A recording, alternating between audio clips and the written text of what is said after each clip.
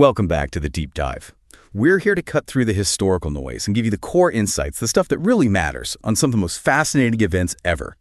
You're here for the deep knowledge, but also, let's face it, the drama. Today we're diving into something pretty extraordinary. Operation Cerberus, better known, really, as the Channel Dash. February 1942. We're talking about the German battleships Scharnhorst and Gneisenau, plus the heavy cruiser Prinz Eugen. Imagine these massive warships sailing right up the English Channel. I mean, straight through what the British considered their backyard, the most heavily defended waters in the world. Their mission, well, it was a desperate gamble. Get these capital ships out of Brest, in France, where they were effectively trapped, and dash them back to German ports. Okay, let's unpack this. This wasn't just some voyage. The British Naval Command thought this was, well, utterly impossible. Literally thought no enemy fleet could make it through the Dover Strait alive. Absolutely. And what's really compelling here is the sheer calculated audacity of it. Sailing major warships, hugging the enemy coast in winter. It was astonishing. It resulted in a huge tactical success for the Germans. But, and this is crucial, that tactical win came with a massive strategic price tag later on, especially for their U-boat campaign in the Atlantic. So for this deep dive, we really need to look at three things. First, why were they stuck in Brest in the first place? The whole Brest prison situation. Second, the planning.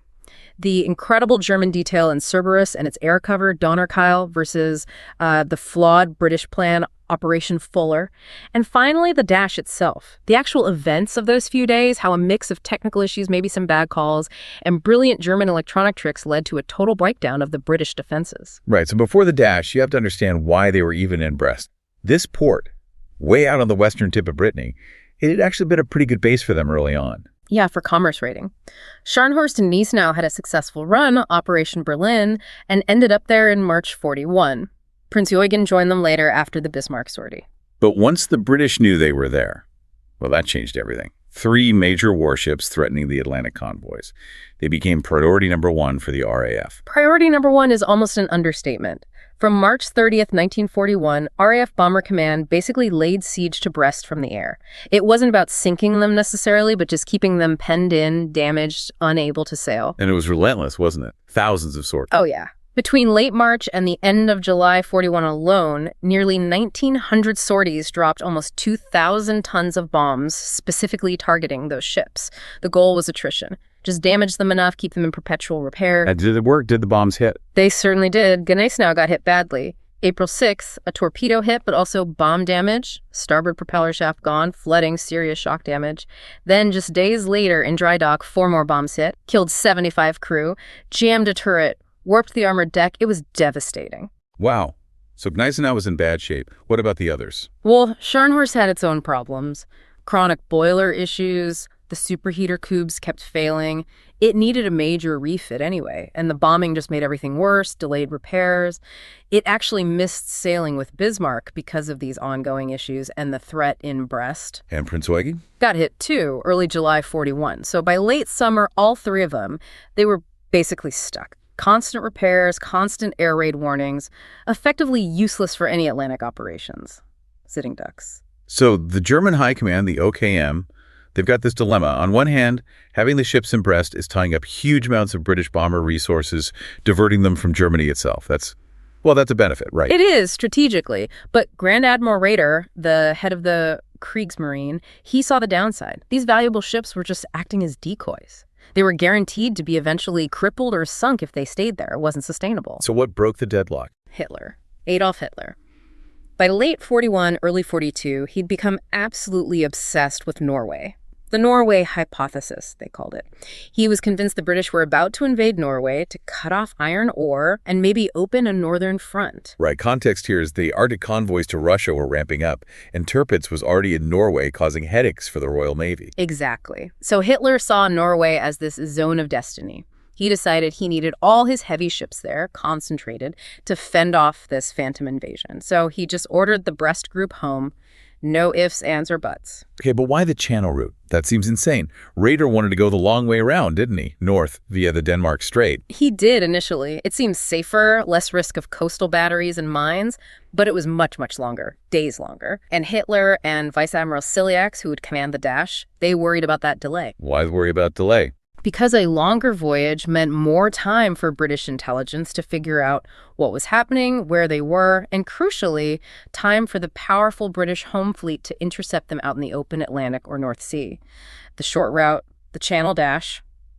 It was incredibly risky navigationally, yes. Hugely risky. But it was quick, less than 30-hour sailing time, and crucially, it allowed for continuous air cover from Luftwaffe bases in France and the Low Countries. That air cover was the key calculation, speed and air power to offset the navigational danger. So the German plan, Unternehmen Cerberus, it's often held up as this model of, well, meticulous planning and deception. Admiral Zollvechter did the overall planning. Ciliax commanded the actual force from Scharnhorst. And their core idea was brilliant because it was counterintuitive. Sail past the narrowest point, the Strait of Dover, during the day. And daylight, when they could be seen. Exactly. The British assumed they'd try to sneak through at night, but sailing during the day allowed for maximum continuous fighter cover from the Luftwaffe shore. That was the trade-off.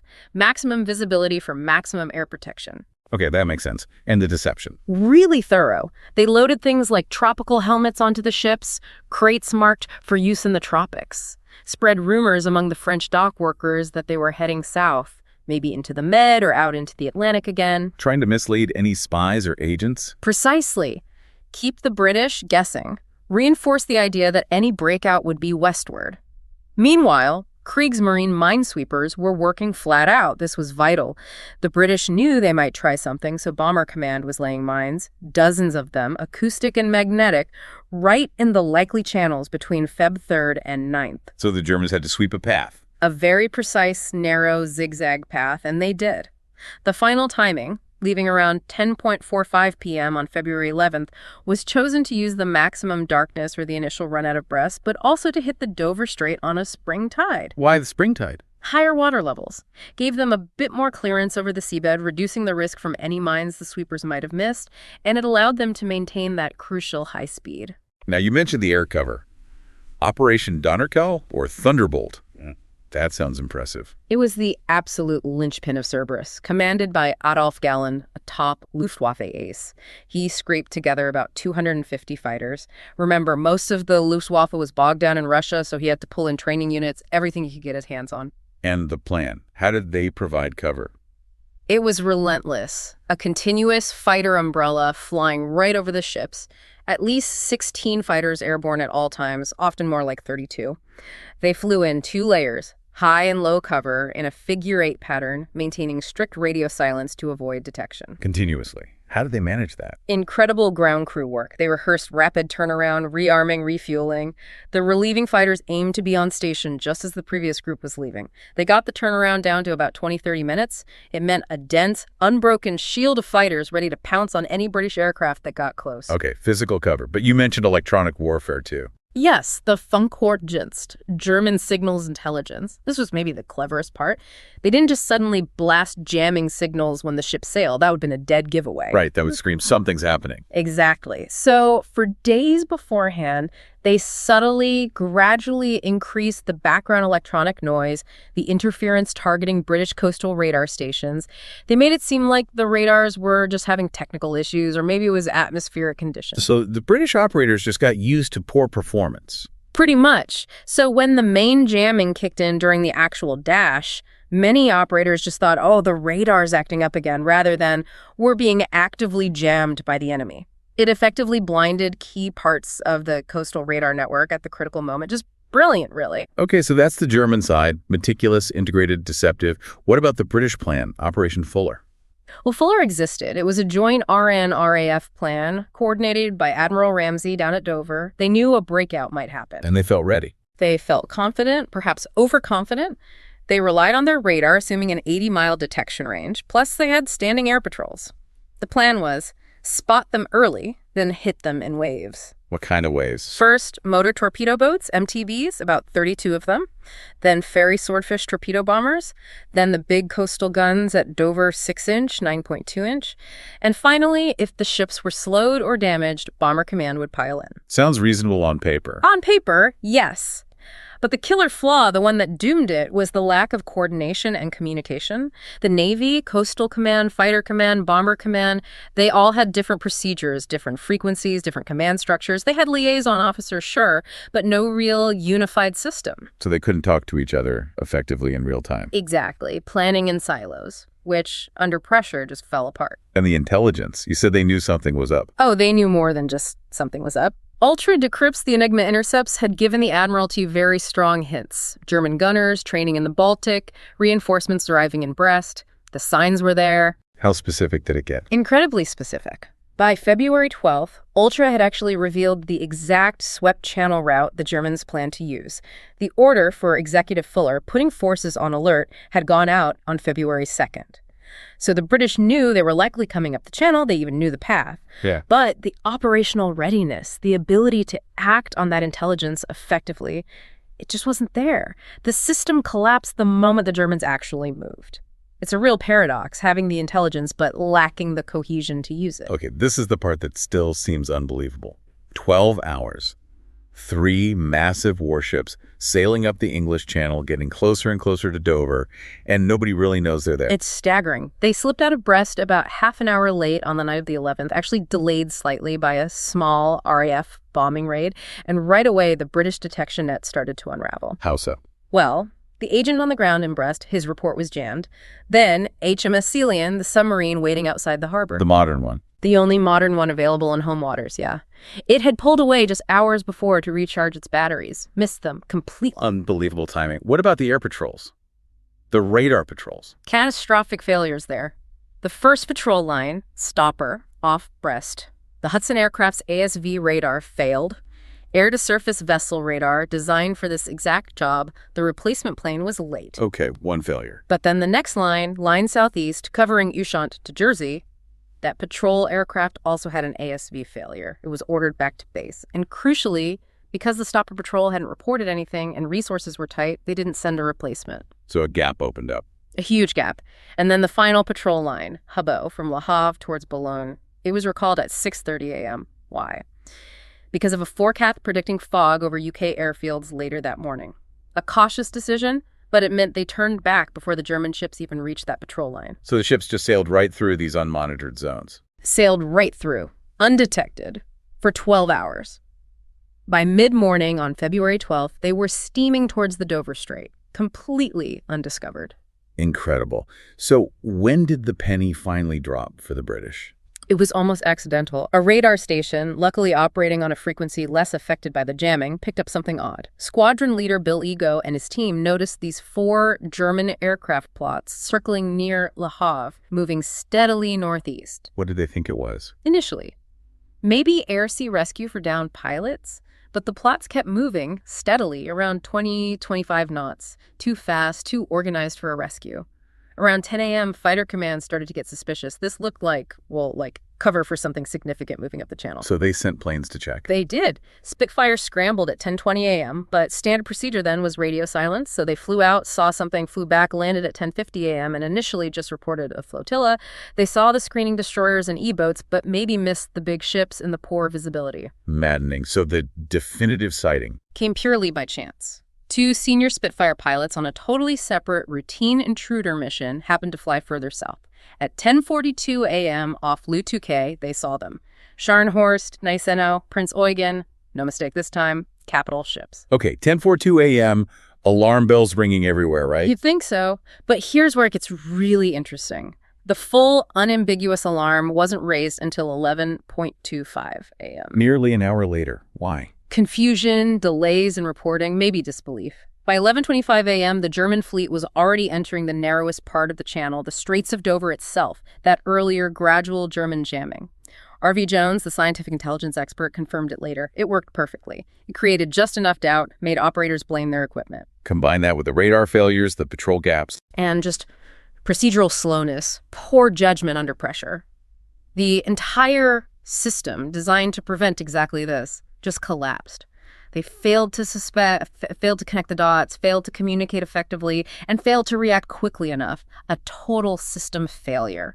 So once the alarm is finally fully raised, chaos. The British response was scrambled, uncoordinated. Remember, the German ships are moving fast, nearly 30 knots. Visibility is poor, maybe 5 miles at times, and they've got that massive fighter umbrella overhead. The first shots fired were from the big guns at Dover, right? The coastal artillery. That's right. South Foreland Battery, powerful 9.2-inch guns.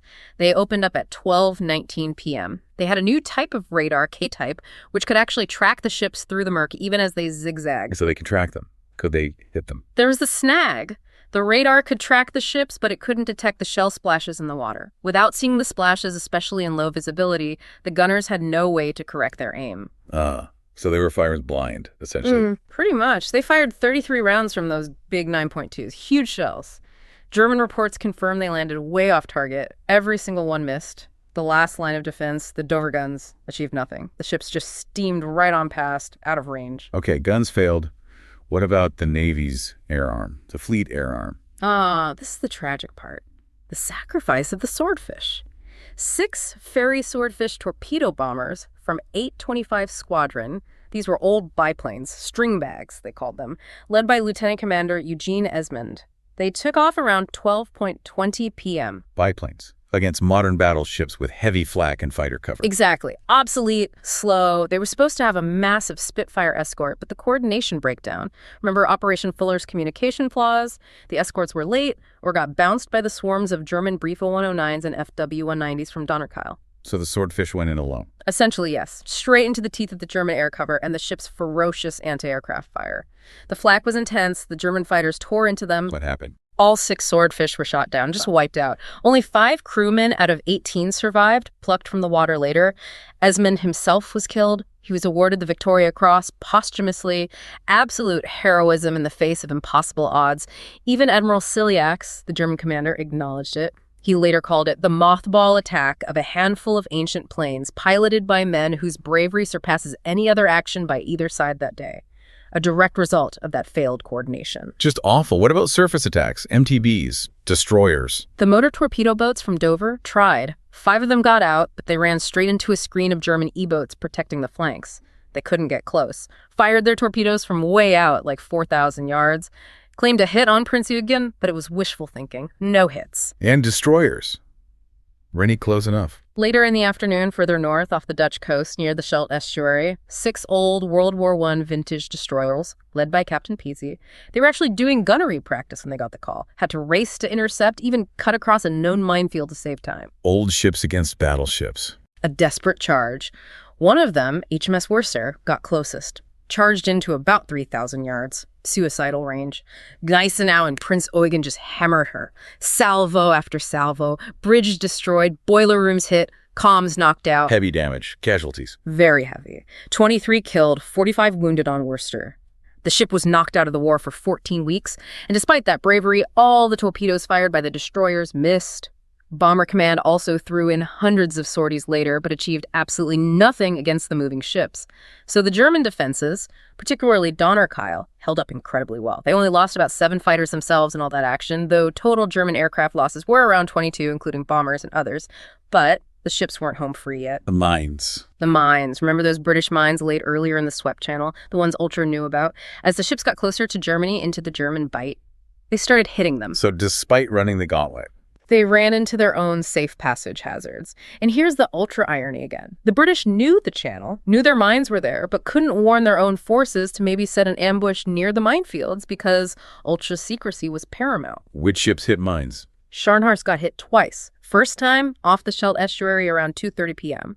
Stopped her dead in the water for a bit. The second hit, near Terschelling around 9:30 p.m., was much worse. Knocked out engines, main fire control caused serious flooding. Over 1,000 tons of water came in. She was crippled, immobile for hours. Took 3 months of repairs. Wow. And Gneisenau. Hit one mine around 8 p.m., less severe. A small hole, knocked out a turbine temporarily, but she could keep going. Prince Eugen was lucky, missed them all. So they made it, but not cleanly. Exactly. Gneisenau and Prince Eugen reached the Elbe estuary early morning on February 13th. The damaged Scharnhorst limped into Wilhelmshaven a few hours later. They had broken through. Ciliax's signal summed it up. successfully completed. In Germany, the initial reaction was, well, jubilation. Propaganda hailed Cerberus as this incredible feat of arms, daring, skill, a huge morale boost. But behind the scenes, at Naval High Command, the OKM, the mood was more sober. Tactically brilliant, yes, a masterstroke of planning and execution. But strategically, they quickly realized it was actually a defeat. A defeat? How so? They got the ships home. But home to do what? Their main strategic value, the reason the British feared them so much, was their potential to break out into the Atlantic and savage the convoys. By bringing them back to Germany and then sending them to Norway, they effectively removed that threat. They sacrificed their Atlantic offensive power for a purely defensive role in the north. I see. So the tactical win didn't translate strategically. What about the British reaction? Pure shock. Utter humiliation. Churchill was furious, ordered an immediate inquiry the Bucknell Board. The public reaction was scathing. The Times newspaper famously wrote, "Nothing more mortifying to the pride of our sea power has happened since the 17th century." People felt the Royal Navy's dominance of the Channel had been shattered. So what did the inquiry find? What does this all mean? It laid bare all those failures we talked about. Poor reconnaissance by Coastal Command naval historian Stephen Roskill really slammed them for not ensuring proper dawn patrols after the night failures, the failure to recognize the jamming, the poor inter-service cooperation. And a big one, using bomber command, which just wasn't trained or equipped for hitting fast-moving ships, especially with high-level bombing tactics. It highlighted the total lack of unified command. The attacks went in piecemeal, uncoordinated, allowing the Germans to pick them off one by one. A catalog of errors, really. What was the cost? For the British, quite high. Around 42 aircraft lost, hundreds of sorties flown, somewhere between 230 and 250 aircrew and sailors killed or wounded, the Germans. Minimal losses in comparison. 2 sailors killed on the ships, 17 aircraft lost from the formidable Donnerkeil cover. So a tactical German victory, but as you said, strategically questionable. What actually happened to the ships in the long run? Well, that really underlines the strategic futility. They'd swapped the prison of Brest for the prison of German home waters and Norwegian fjords. They were now dedicated to defending Norway against an invasion that, well, it never actually happened. So their presence in Norway didn't achieve much. It tied down British resources, yes, but the ships themselves had short careers after the dash. Prince Eugen got torpedoed by a British submarine just 10 days after arriving in Norway, needed lengthy repairs, spent most of the rest of the war stuck in the Baltic. And Gneisenau. Her end was even more ignominious. Went into dry dock in Kiel for repairs from the mine damage and earlier hits. On the night of February 26th, just 2 weeks after the dash, another RAF raid. A bomb hit, penetrated the deck, detonated the forward main ammunition magazine. A magazine explosion. That sounds bad. Catastrophic. The explosion blew the entire forward main turret Anton, clean off its mounting. The damage was immense, irreparable essentially. Gneisenau never sailed again. She was eventually decommissioned and later scuttled. So only Scharnhorst really saw further action. She was repaired, eventually joined Tirpitz in Norway. They posed a threat to the Arctic convoys, which was their intended role there. But Scharnhorst's operational life was also cut short. She was sunk by the Royal Navy at the Battle of the North Cape in December 1943. So the legacy of Cerberus, it's complex, daring, brilliant execution, but ultimately perhaps pointless from a strategic perspective. It's a story of incredible risk, German operational excellence on the day, countered by British systemic failure, but leading to no lasting strategic gain for Germany. A flash of brilliance that quickly faded. Summing it up then, it seems the German success really boiled down to that clever jamming, the superb air cover plan, and exploiting a whole chain of British failures, technical faults, communication breakdowns, maybe even complacency.